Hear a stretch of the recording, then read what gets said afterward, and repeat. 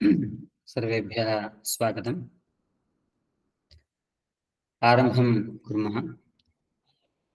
सर्ववेदान्तसिद्धान्तगोचरं तमगोचरं गोविन्दं परमानन्दं सद्गुरुं प्रणतोऽस्म्यहम्। सर्वेभ्यः कक्षां प्रति स्वागतम्। गतकक्षायाम् अस्माभिः भक्तेः निरूपण अनन्तरं साधनचतुष्टयसम्पन्नः भक्तिसम्पन्नश्च प्रमाता यः मुमुक्षुः वर्तते सः गुरोः निकटं गच्छेत् इति दृष्टम्। सः गुरुम् उपसृत्य किं ब्रवीति अथवा गुरोः निकटं गत्वा किं कुर्यात् सः इति विचारः आरब्धः आसीत्। स एव विचारः अद्य अनुवर्तते। इतोपि प्रायः 5 श्लोकैः अयं विचारः भगवत्पादैः सुष्ठु निरूप्यते इति पश्यामः।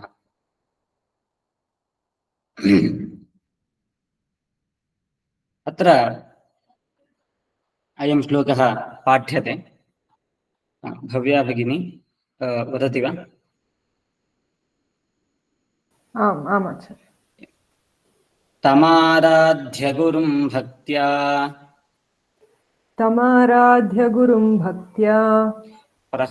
प्रश्रयसेवनैः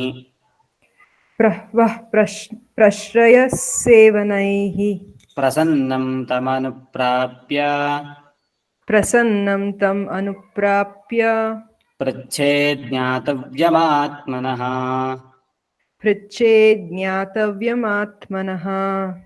समीचीनं।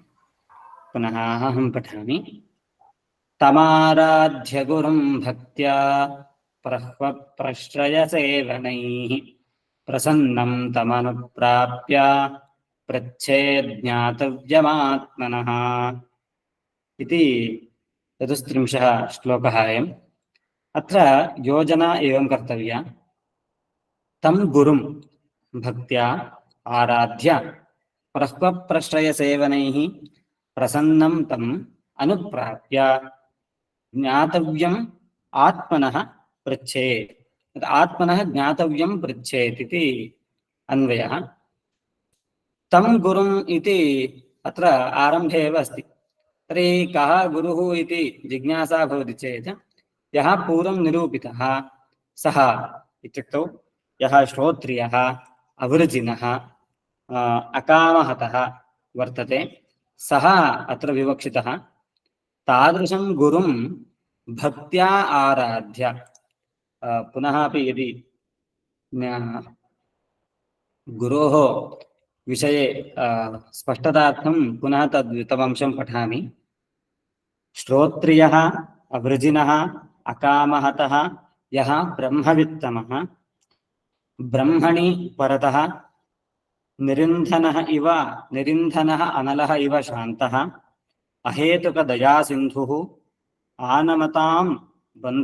आनमतां सतां बन्धुः यः गुरुः वर्तते तादृशं गुरुम् उपसृत्य भक्त्या तम् आराध्य। अत्र एवमेव प्रमाणार्थम् अत्र केचन श्लोकाः अपि मया भगवद्गीतासकाशात् दर्शिताः। श्रद्धावान् लभते ज्ञानं तत्परः संयतेन्द्रियः इति श्लोकस्य पङ्क्तिम् एकां प्रदर्श्य गतकक्षायाम् अस्माभिः दृष्टमासीत्। यः भक्त्या गुरोः सेवां करोति तस्य शुश्रूषां यः करोति स एव तादृशीं विद्याम् आत्मसाक्षात्कारं च प्राप्तुं शक्नोति गुरु अनुग्रहबलात्। अतः भक्तिः एवमेव तदुपरि श्रद्धा विश्वासश्च अपेक्षितः। तत्परत्वम् इत्यनेन गीतायाम् अयमंशः निरूपितः भवति। तथा सः भक्त्या आराध्य तस्य आराधनं सेवां कृत्वा प्रह्वप्रश्रयसेवनैः प्रह्वीभावः इति उच्यते। प्रह्व इति शब्दः, प्रश्रयः इति द्वितीयः शब्दः, सेवनम् इति तृतीयः शब्दः। अत्र सेवनम् इत्यस्य वयम् अर्थं जानीमः। गुरोः सेवा तस्य वस्त्रादि प्रक्षालनमिति वा तत् पुस्तकादि सम्पादनमिति वा तदनुष्ठान अपेक्षितपरिकरादि योजनम् इति वा एतादृशसेवाकरणं सेवा इति शब्देन विवक्षितं भवति। प्रश्रयः इत्यस्य विनयः इत्यर्थः वक्तव्यः। प्रश्रयः नाम विनयः। धूर्ततां विना प्रह्वीभावेनापि अयं भवेत्। प्रह्वीभावः नाम नम्रता इति यद्वदामः सः भावः प्रह्वीभावः इति उच्यते। प्रह्वीभावेन युक्तः प्रश्रयभावेन च युक्तः यः श्रद्धालुः छात्रः गुरोः सेवनं सेवां करोति सः एतैः प्रह्वप्रश्रयसेवनैः गुरुः यथा प्रसन्नः स्यात् तथा करोति।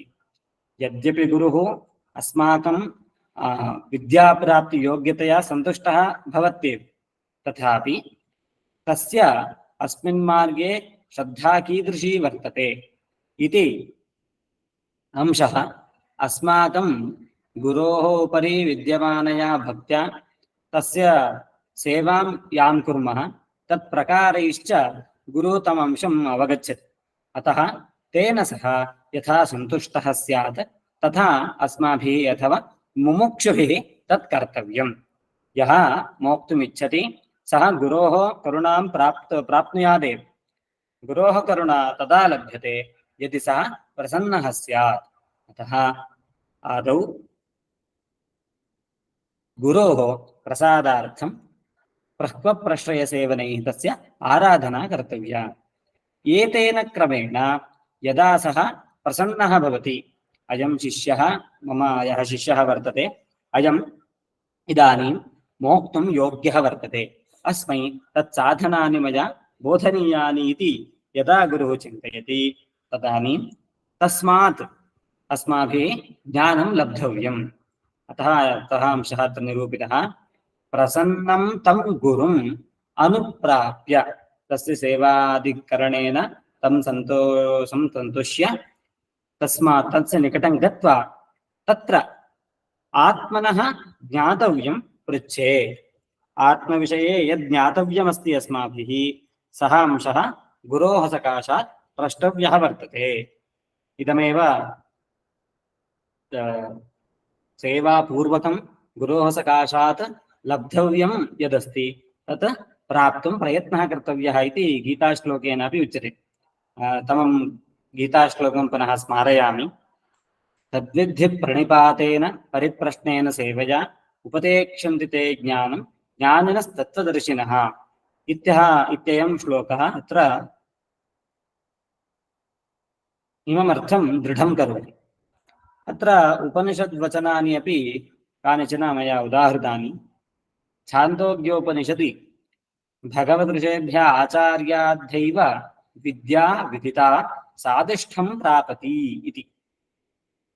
विद्या तदानीमेव श्रेष्ठा अथवा फलवत्तरा भवति, फलात्मिका भवति यदा आचार्येभ्यः सकाशात् अस्माभिः अधिगता सम्प्राप्ता च। एवं मुण्डकोपनिषदि अपि जिज्ञासो सद्गुरोरेव गतिः तद्विज्ञानार्थं स गुरुमेवापि गच्छेत् समित्पाणिः श्रोत्रियं ब्रह्मनिष्ठम्। अत्र जिज्ञासोः सद्गुरुरेव गतिः इति वाक्यम् उपनिषदि मन्त्रत्वेन नास्ति। तद्विज्ञानार्थं स गुरुमेवापि गच्छेत् समित्पाणिः श्रोत्रियं ब्रह्मनिष्ठम् इति मुण्डकोपनिषदि विद्यमाना पङ्क्तिः।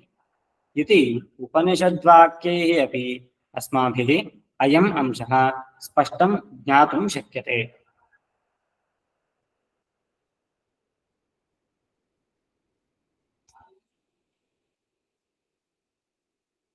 इति निरूपणेन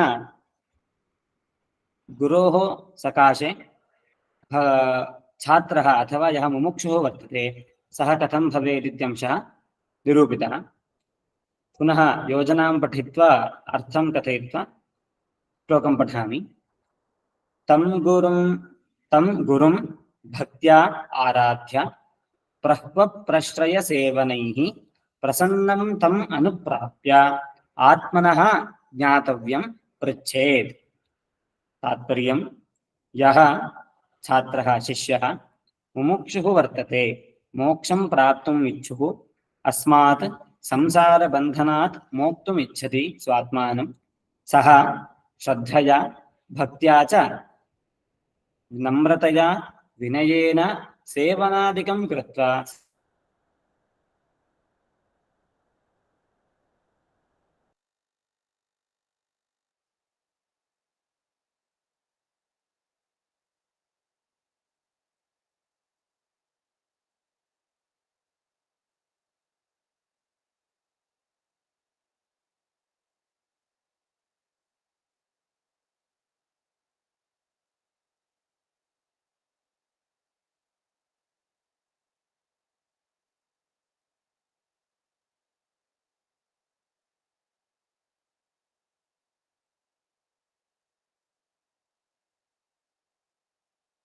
सन्तव्यः। किञ्चित् तान्त्रिकदोषः जातः, निमेषद्वयं प्रतीक्षां कुर्मः, योजयामि।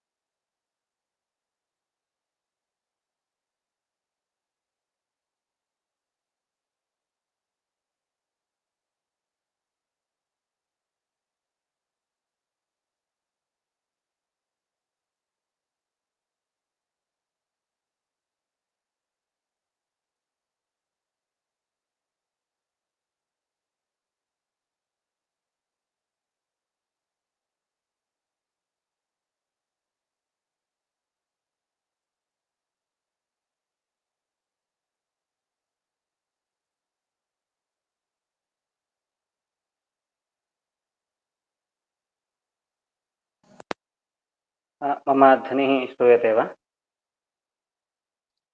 श्रूयते महोदय। क्षन्तव्यः, तत् किञ्चित् तान्त्रिकदोषः जातः। किञ्चित् कालं वेट् कुर्मः, तावता अहं वाय्स् केवलं अन्म्यूट् कृत्वा पाठम् अनुवर्तयामि। आमाचार्य। श्लोकं पुनः पठामि। तमाराध्य गुरुं भक्त्या प्रश्रयसेवनैः प्रसन्नं तमनुप्राप्य पृच्छेज्ञातव्यमात्मनः इति अयं श्लोकः इदानीम् अस्माभिः पठितः।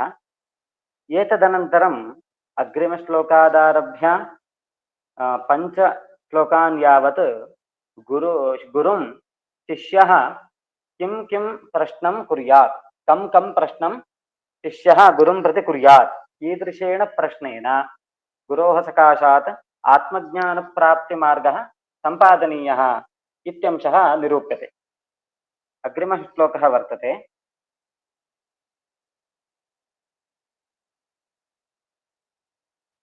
स्वामिन्नमस्ते नतलोकबन्धो कारुण्यसिन्धो पतितं भवाब्धौ मामुद्धरात्मीयकटाक्षदृष्ट्या रज्ज्वाधिकारण्यसुधाभिवृष्ट्या इति अयं 35 श्लोकः। अस्मिन् श्लोके शिष्यः यः मुमुक्षुः वर्तते सः गुरुं प्रार्थयति यत् माम् उद्धर। कथम् उद्धर इति निरूपणार्थम् आदौ योजनां कथयामि। नतलोकबन्धो कारुण्यसिन्धो स्वामिन् ते नमः। भवाब्धौ पतितं मां ऋज्व्या अतिकारुण्यसुधाभिवृष्ट्या आत्मीयकटाक्षदृष्ट्या उद्धर इति अस्य श्लोकस्य योजना वर्तते। प्रथमं पदमस्ति नतलोकबन्धो। नतलोकबन्धुः गुरुः, तस्मै संबोधना क्रियते यत् नतलोकबन्धो इति। उकारान्तः शब्दः, अतः संबोधनायाम् अन्ते ओकारः श्रूयते। नतः नाम यः नमस्कारं कृतवान् सः। लोकः इत्यनेन भूलोकः भुवर्लोकः एवं लोकः न स्वीकर्तव्यः, भुवनानि न स्वीकर्तव्यानि। एतेषु भुवनेषु ये सन्ति, उदाहरणार्थम् अस्माकं भूलोकः यः वर्तते, अस्मिन् लोके विद्यमानाः मनुष्याः एव लोकाः। लोके भवः अपि लोकः इति उच्यते। कदाचित् अस्माकम् अत्र सन्देहः स्यात्, लोकः इत्युक्तौ भूमिः, भूमिः कथं नमस्करोति इति।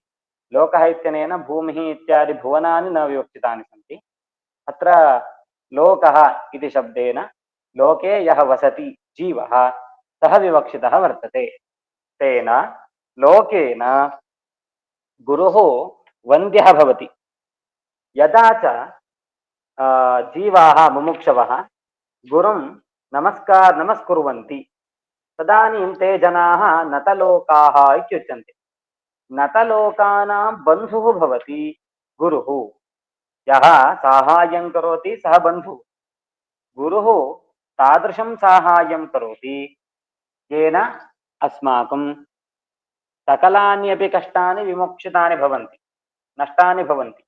अतः गुरुः बन्धुः भवति कीदृशानां कृते इति चेत् ये तं नमस्कुर्वन्ति, तस्मिन् श्रद्धालवश्च भवन्ति, तादृशानां कृते गुरुः कृपालुः भवति।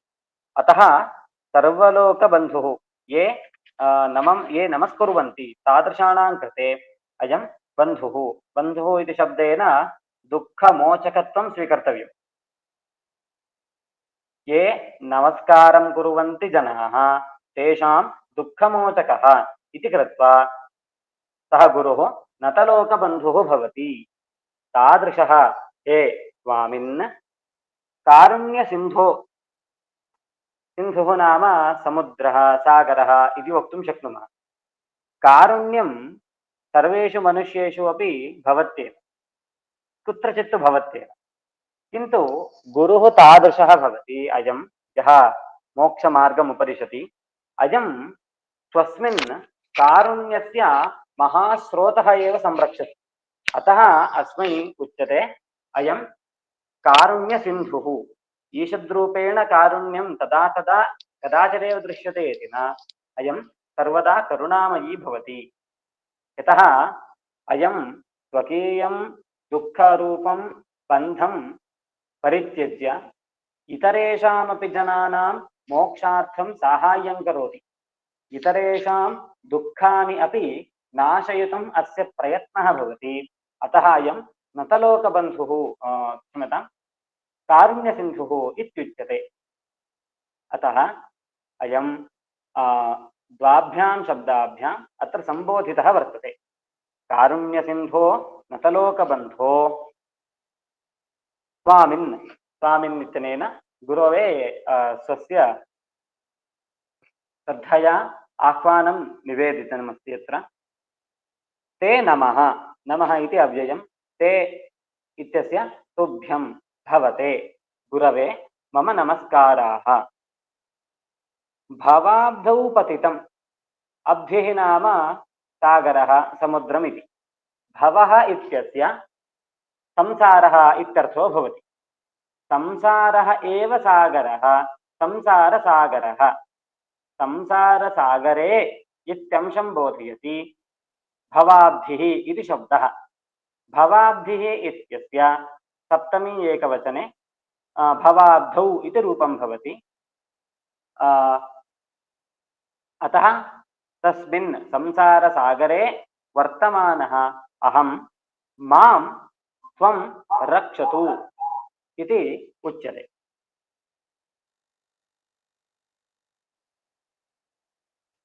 तादृशं मां संसारसागरे पतितं रक्षतु इति प्रार्थना तु कृता, किन्तु इदानीं कथं रक्षणीयम् इति प्रश्नः भवति चेत् तत्र उत्तरमुच्यते। तत्र मया इत्युक्तौ मुमुक्षुणा एव प्रार्थना क्रियते। ऋजुमार्गेण, ऋजुः नाम सरलमार्गः, यः साक्षात् मुक्तिं प्रापयति, तादृशः मार्गः ऋजुमार्गः, यत्र वञ्चनादिकं वा व्यामोहादि प्रतिबन्धकं वा न भवति, सः मार्गः ऋजुमार्गः। तादृशं मार्गम् अहं प्राप्तुम् इच्छामि गुरोः सकाशात्।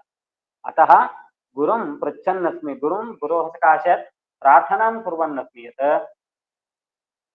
हे गुरो, तादृशं मार्गं मां प्रति दर्शय इति। अपि च अत्र गुरुः अस्माकम् उपरि दर्शनं करोति, तस्य या दृष्टिः वर्तते सा अस्माकम् उपरि पतति। तया दृष्ट्या एव अस्माकम् उद्धारो भवति। अतः सा दृष्टिः कीदृशी भवेत् इति मम प्रार्थनाकाले एव अहं निवेदयामि यत् हे गुरो, ऋज्व्या दृष्ट्या मम उद्धरणं करोतु इति। अतः अत्र ऋज्व्या इति स्त्रीलिङ्गे अयं शब्दः योजितः वर्तते, दृष्टिः इति स्त्रीलिङ्गे वर्तते। तद्विशेषणत्वेन आगतत्वात् अयमपि शब्दः स्त्रीलिङ्गे वर्तते। अत्र ऋज्व्या दृष्ट्या इत्यत्र अस्माकं समन्वयः भवेत्। ऋज्व्या अतिकारुण्यसुधाभिवृष्ट्या च, पूर्वम् अस्माभिः विशेषणं दर्शितं। कारुण्यसिन्धुः गुरुः, सिन्धुः नाम सागरः, कारुण्यस्यैव सागरः। तथा च अस्मिन् कारुण्यस्य निधिरेव वर्तते।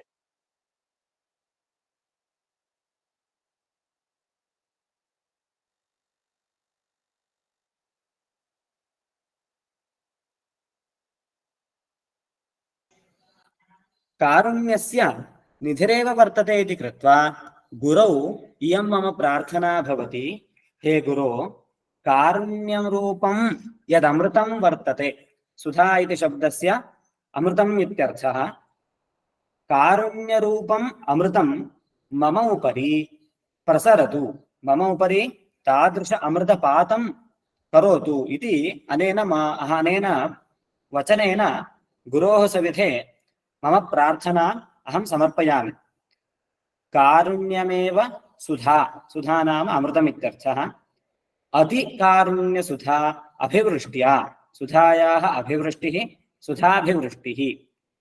यथा मेघाः जलं सेचन्ति, जलस्य पातं कुर्वन्ति भूमेः उपरि, तथा भवान् गुरुः मम श्रद्धास्थानीयः शरण्यः, तव कारुण्यरूपम् अमृतमेव मम उपरि वर्षतु, तेन रूपेण मम उद्धरणं करोतु इति अभिप्रायः वर्तते।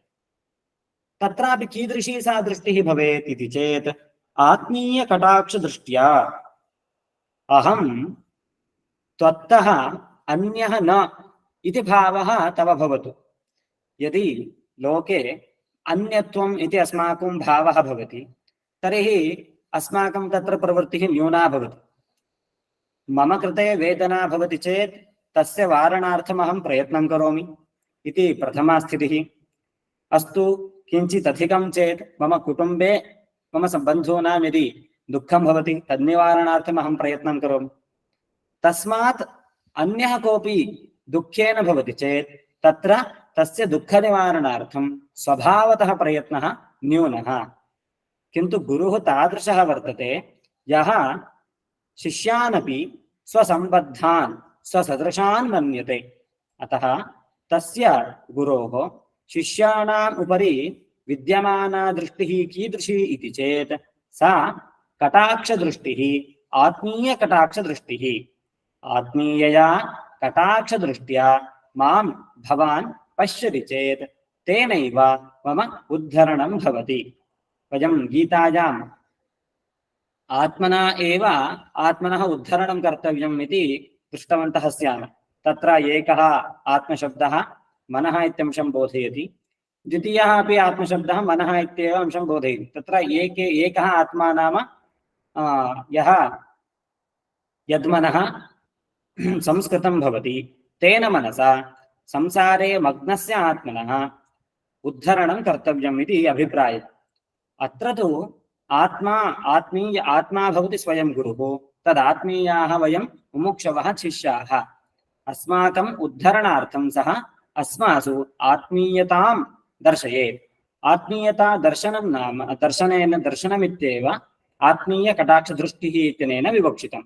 सः गुरुः यदि अयं योग्यः वर्तते, योग्येन अनेन मोक्षः लब्धुम् अयं सकालः इति चिन्तयति, तर्हि एव मोक्षमार्गे प्रतिबन्धादिकं विना अस्माकं मुक्तिः भवितुं शक्यते। परमं गम्यं स्थानं वयं प्राप्तुं शक्नुमः। अतः एतादृशी प्रार्थना गुरोः निकटे अस्माभिः कर्तव्या भवति इति गुरुम् उद्दिश्य मुमुक्षुः छात्रः शिष्यः किं पृच्छेत् इत्यंशः अत्र निरूपितः। हे नतलोकबन्धो कारुण्यसिन्धो स्वामिन्। एतानि त्रीणि पदानि अपि विशेषणानि भवन्ति। गुरुः इति विशेष्यः, नतलोकबन्धुः, कारुण्यसिन्धुः, स्वामी इति एते त्रयः शब्दाः तस्य विशेषणत्वेन अत्र योजिताः सन्ति। गुरौ मम निवेदनं कुर्वन्नस्मि, अतः तस्य अभिमुखीकरणार्थं सम्बोधना मया क्रियमाणा वर्तते। सम्बोधना निरूपणार्थं नतलोकबन्धो कारुण्यसिन्धो स्वामिन् इति आह्वानं, तदनन्तरं तस्मै नमस्कारसमर्पणं। ते नमः। ते इति युष्मच्छब्दस्य चतुर्थी एकवचनं। त्वं युवां यूयं, त्वां त्वा युवां वां युष्मान् वः इति तत्र शब्दस्य गतिः वर्तते। चतुर्थी विभक्तिः तुभ्यं ते इति भवति। तुभ्यं भवतः कृते मम नमस्काराः। नमस्कारान् समर्प्य अहं तं प्रार्थयामि।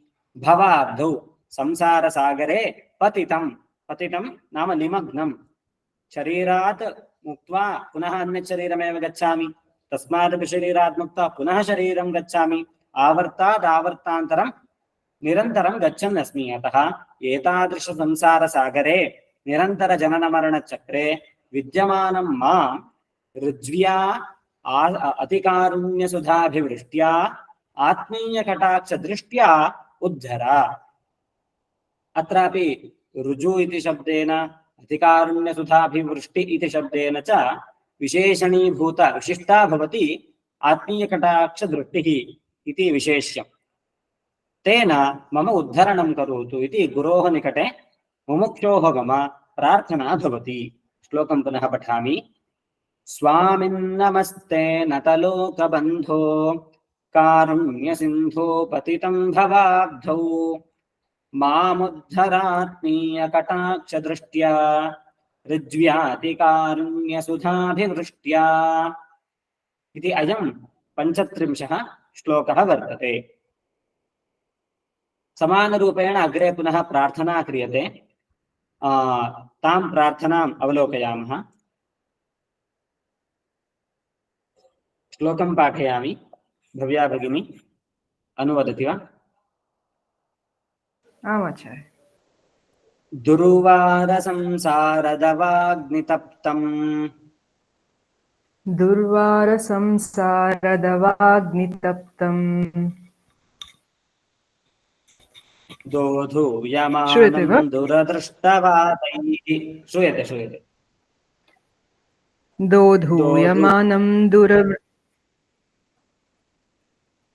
दोधूयमानं दुरदृष्टवातैः भीतं प्रपन्नं परिपाहि मृत्योः। भीतं प्रपन्नं परिपाहि मृत्योः। शरण्यमन्यं यदहं न जाने।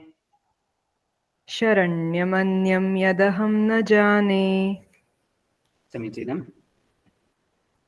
दुर्वारसंसारदवाग्नितप्तं दोधूयमानं दुरदृष्टवातैः भीतं प्रपन्नं परिपाहि मृत्योः शरण्यमन्यं यदहं न जाने इति 37 अयं श्लोकः।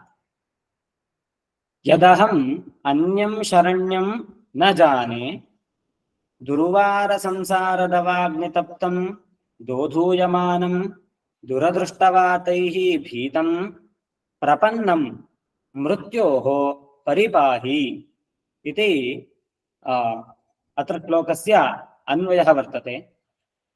अत्र गुरोः निकटे मम स्थितिः मया वर्ण्यमाना वर्तते। गुरुं विना अन्यः कोऽपि मम रक्षकः नास्ति। अतः एव गुरुः त्वं मम रक्षणं कुरु इति मम प्रार्थना दर्शयन्ति। यदहम् इत्युक्तौ इत्यत्र यदिति शब्दः यस्मात् इत्यर्थे। यत् यतः यस्मात् कारणात् अहम् अन्यं शरण्यं न जाने। अन्यः कोऽपि माम् उद्धर्तुं न शक्नोति। अन्यः कोऽपि मम रक्षकः मया न ज्ञायते। अतः त्वामेव अहं शरणत्वेन आगतः। भवानेव मम शरण्यः वर्तते। गुरुं त्यक्त्वा अन्यः कोऽपि संसारसागरात् रक्षितुं न शक्नोति। अतः गुरोः निकटे एवं निरूपयन्नस्मि।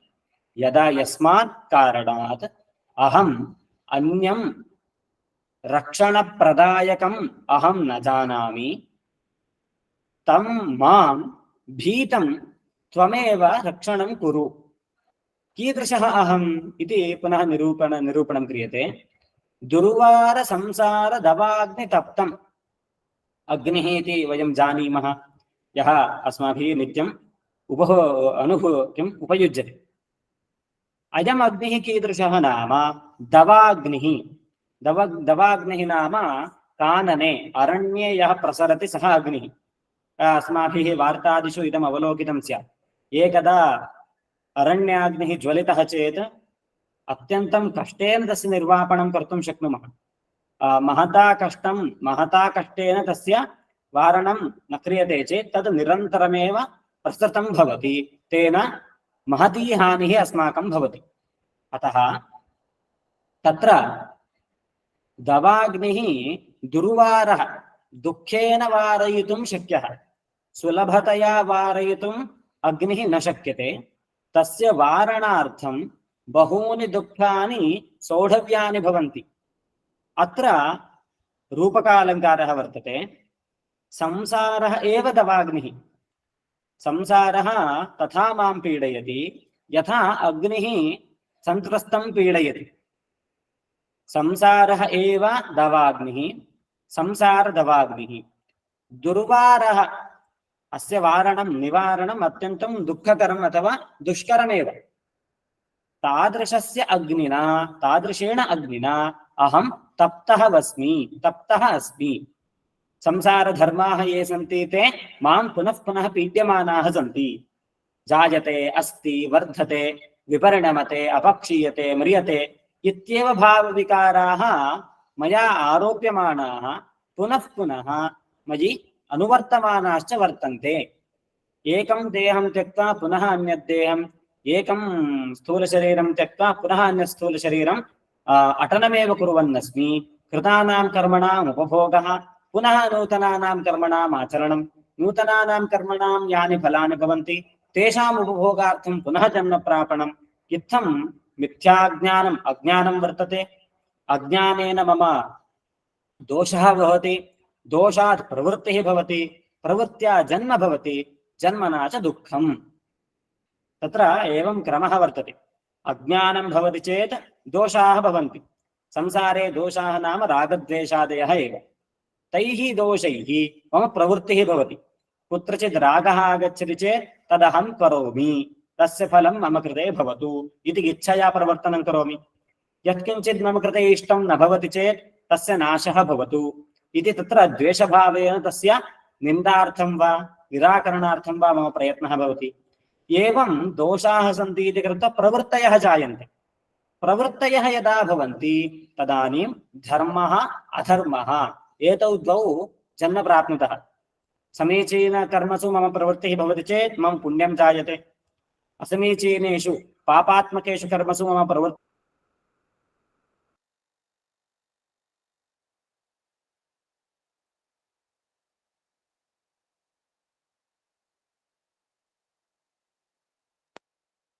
इत्थं पापेषु पुण्येषु च मम प्रवृत्तिः भवति इति कृत्वा अहम् अत्रैव संसारे पुनः पुनः मग्नः अस्मि।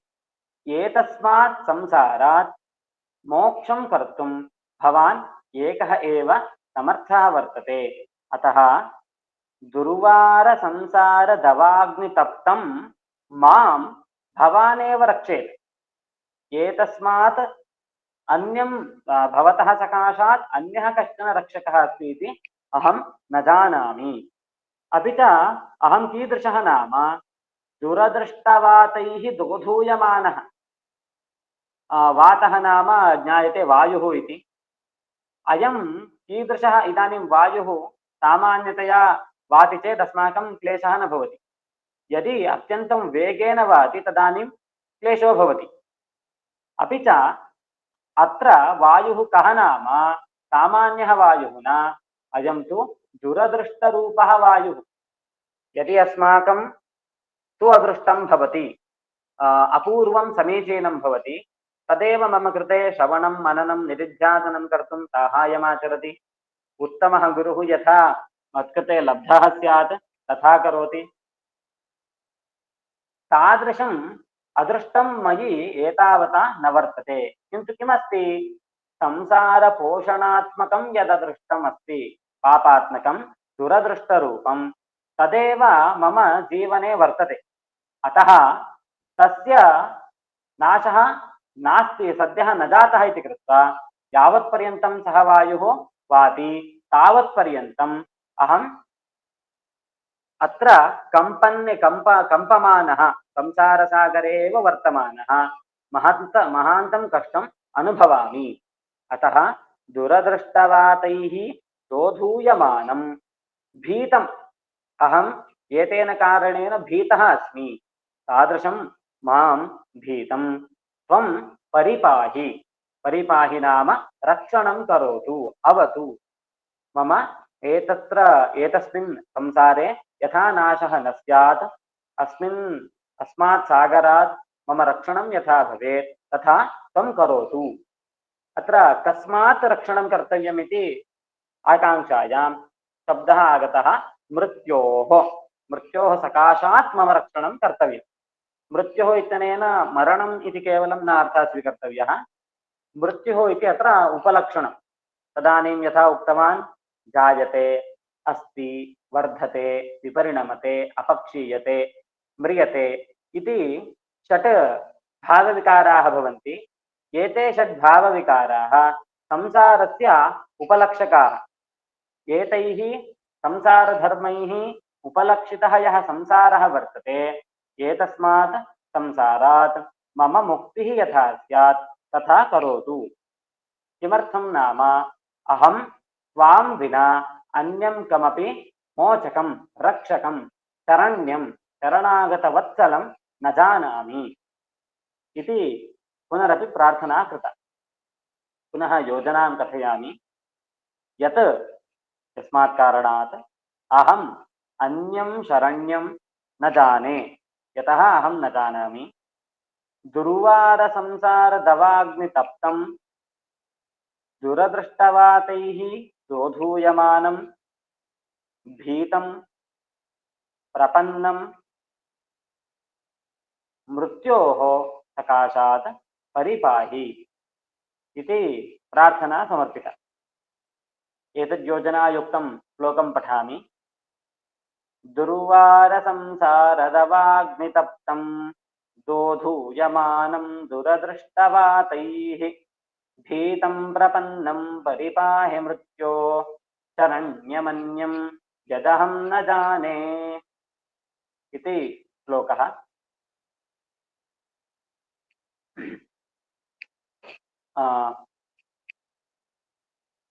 गन्तव्यः अद्य प्रतिबन्धकानि बहूनि सन्ति, तान्त्रिकदोषाः अपि अनेके जाताः, अतः अत्र अद्य समापयामः।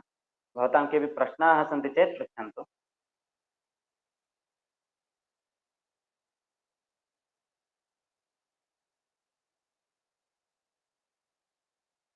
हरि ओम्। आचार्य अत्र दोधूयमानम् इत्यस्य को नमस्ते। अर्थः? मम ध्वनिः श्रूयमाणा अस्ति खलु? आम् आचार्य, श्रूयते।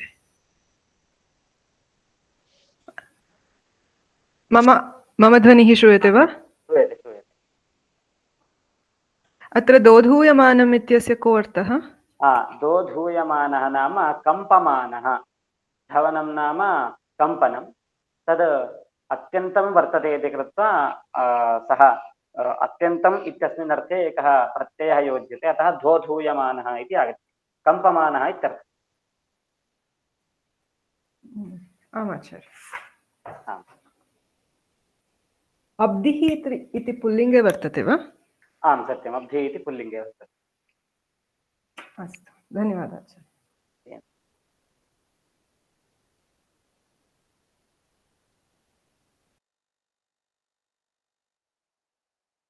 तर्हि अत्र अद्य समापयामः। अग्रिमकक्षाम् अग्रिमसप्ताहे कुर्मः। श्वः उत्सवः अस्ति इति कृत्वा सः विरामः अस्ति। अग्रिमसप्तादेव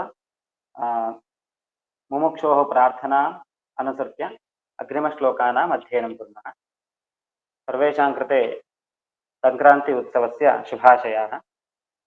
धन्यवादाः। मङ्गलश्लोकं पठामि।